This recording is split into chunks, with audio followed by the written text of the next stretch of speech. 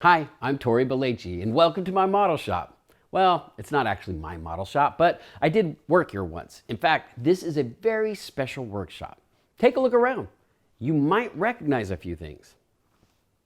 Yep, that is a model of the Millennium Falcon. And if you look closely, you might spot a lightsaber, because this is the model shop where we made Star Wars and many other movies.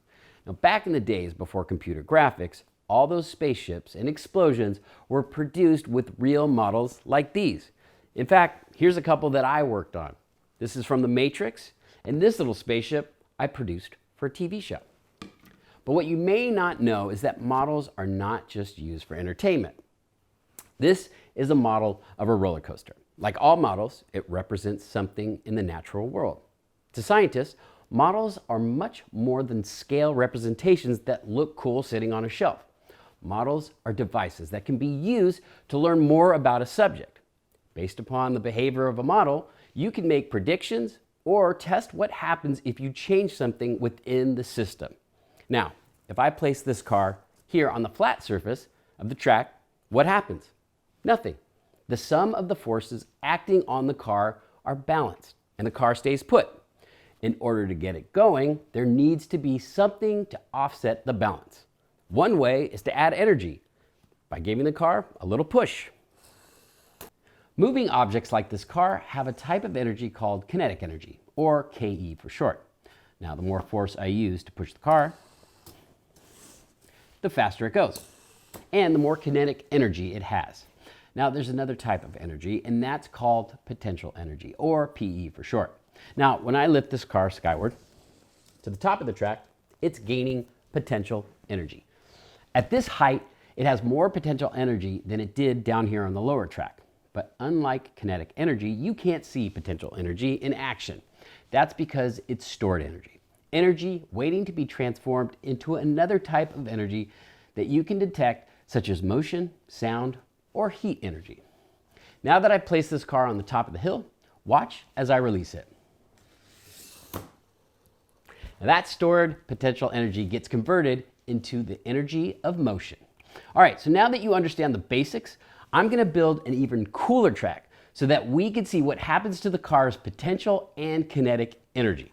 But this is gonna take a while and it's gonna be a bit messy, so it's probably best if you don't watch.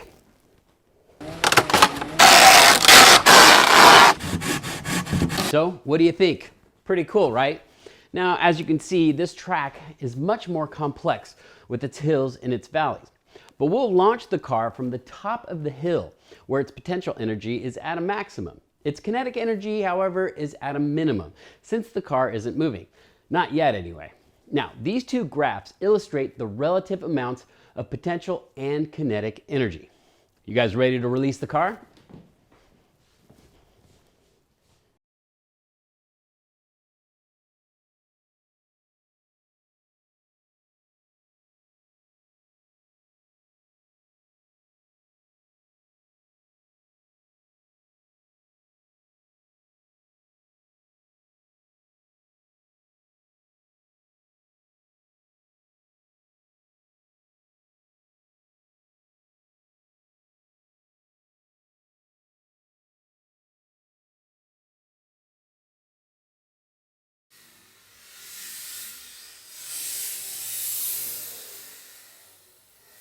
As you saw, the car has maximum potential energy when it is at the high point of each hill.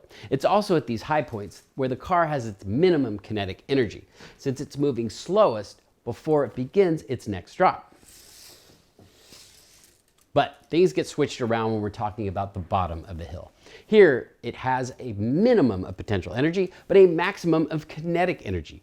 That should make sense, since the car is moving fastest when it is passing the lowest part of the valley. Suppose you were to add more mass to this model car. Do you think that would affect the car's travel? Could the height it gets up the end hill be used as some sort of measurement? Suppose we were to release the car halfway up this hill. Would it travel only half as far? Now, these are questions that can be answered in experiments that use this model.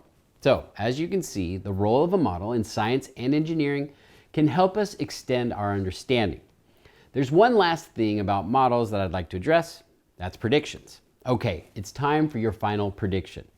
Suppose I release the car from the top of this hill. How many of these hills do you think it'll get over? There's only one way to find out. You ready?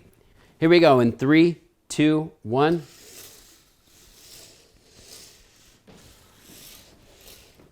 So it looks like it was only able to get over one hill. Did you predict correctly? I think it's time to build your own models to help you predict what will happen in the real world. Have fun building.